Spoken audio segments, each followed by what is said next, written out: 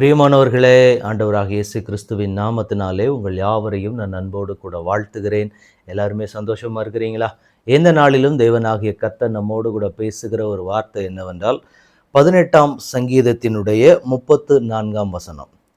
வெண்கல வில்லும் என் புயங்களால் வளையும்படி என் கைகளை யுத்தத்துக்கு பழக்குவிக்கிறார்.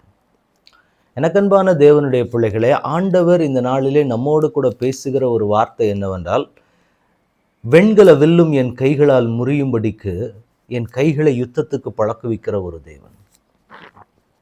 தேவனாகிய கர்த்தர் ஒவ்வொருவருக்கும் ஒவ்வொரு நோக்கத்தை வைத்திருக்கிறார். இந்த பூமியில நம்மை உண்டாக்குகிற பொழுது நாம என்ன காரியங்களை செய்ய வேண்டும் என்பதற்கு ஒரு முகாந்தரத்தை வைத்து தேவன் நம் ஒவ்வொருவரையும் உருவாக்குகிறார்.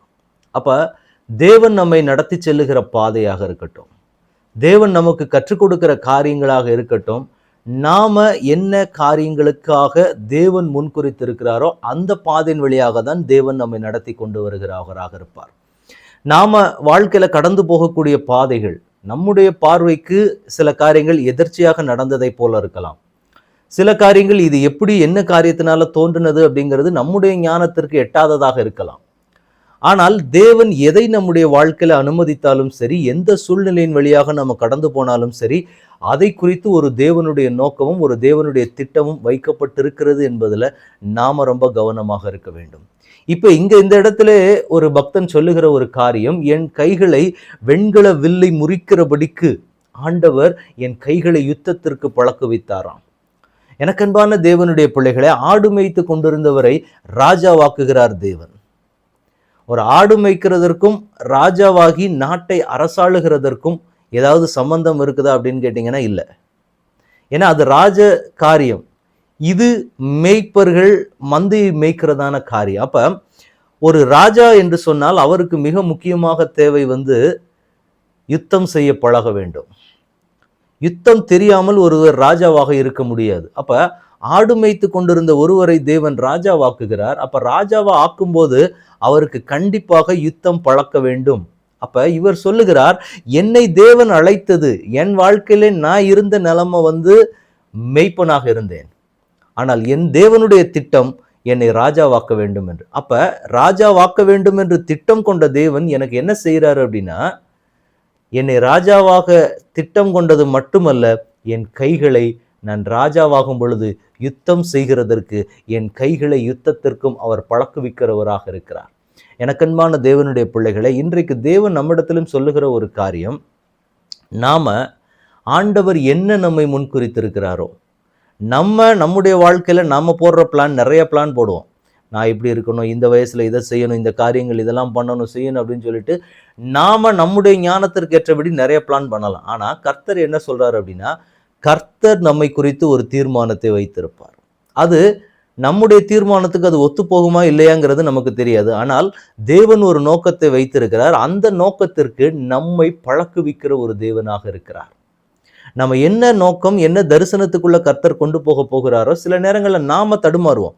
இதெல்லாம் எப்படி சாத்தியமாகும், இதெல்லாம் நான் செஞ்சிட முடியுமா, இந்த காரியங்கள் எல்லாம் நான் பண்ணிட முடியுமா அப்படின்னு சொல்லி நிறைய நேரங்களில் நாம அந்த மாதிரி யோசிக்கிறது உண்டு. ஆனால் இன்றைக்கு கர்த்தர் நமக்கு சொல்றாரு, உங்களை நான் என்ன தரிசனத்திற்காக, என்ன நோக்கத்திற்காக நான் அழைத்தேனோ அந்த நோக்கத்தை நிறைவேற்றும்படிக்கு உங்களை பழக்குவிக்கிற தேவனாக நான் உங்களோட கூட இருக்கிறேன். இன்றைக்கு கர்த்தர் நமக்கு சொல்றாரு, நீங்க எதற்காக முன்குறிக்கப்பட்டீங்களோ, சில காரியங்கள் இந்த எல்லைகளுக்குள்ளெல்லாம் போகிறது எனக்கு கடினமான காரியம், எனக்கு இதனுடைய அனுபவங்கள் இல்லை, எனக்கு இப்படிப்பட்டதான காரியங்கள் தெரியாது அப்படிங்கிற ஒரு நிலைமையில நீங்க இருப்பீங்கன்னா, இன்றைக்கு பரலோகத்தின் தேவன் நமக்கு சொல்லுகிறார், நம்மை பழக்குவிக்கிற ஒரு தேவனை தான் நாம் ஆராதித்து கொண்டிருக்கிறோம். அதனால நாம போகிற சூழ்நிலைகளை குறித்து கவலைப்பட வேண்டியதில்லை. இந்த இடத்துல இந்த பக்தருக்கு ஆண்டவர் செய்கிற ஒன்று, வெண்கல வில்லும் என் கைகளால் முறிகிற அளவிற்கு என் கைகளை யுத்தத்திற்கு பழக்க வைத்தார். அந்த அளவுக்கு என் கைகளை போருக்கும் யுத்தத்திற்கும், ஏனென்றால் பழக்க வைத்தது காரணம் என்னன்னா, நான் ராஜாவாய் அமர போகிறாள், என் கைகளை அப்படி பழக்க வைத்தால் மட்டும்தான் நான் அந்த ஸ்தானத்துல நிற்க முடியும். அதே போலதான் இன்றைக்கு தேவன் நமக்கும் சொல்லுகிறார், தேவன் நம்ம என்ன நோக்கத்திற்காக முன்குறித்தாரோ, என்ன காரியங்களை செய்ய வேண்டும் என்று தேவன் முன்குறித்திருந்தாரோ அந்த இடத்துக்கு நேர தேவன் நம்மை ஆயத்தப்படுத்துவார். அதற்கு நம்மை பழக்குவிக்கிற தேவன், அழைப்பின் நோக்கத்தை நிறைவேற்றும் தேவன். அதற்கு நமக்கு என்ன காரியம் வேணுமோ அதை கற்றுக் கொடுத்து நம்மை வழிநடத்துகிற ஒரு தேவனை தான் இன்றைக்கு நாம் ஆராதித்து கொண்டிருக்கிறோம். எனவே இன்றைக்கு ஆண்டவருடைய சமூகத்தில் ஒப்புக் கொடுக்கலாம். அன்றைக்கு அந்த பக்தருக்கு செய்ததை போல, ஆண்டவரை எங்களுடைய வாழ்க்கையிலேயும் என்ன நோக்கத்தை வைத்திருக்கிறீரோ அந்த நோக்கத்திற்கு ஏற்றபடி தேவன் என்னையும் வணைந்து கொள்ளுவீராக, தேவன் என்னையும் உருவாக்குவீராகன்னு சொல்லி ஆண்டவருடைய சமூகத்தில் ஒப்புக் கொடுக்கலாமா?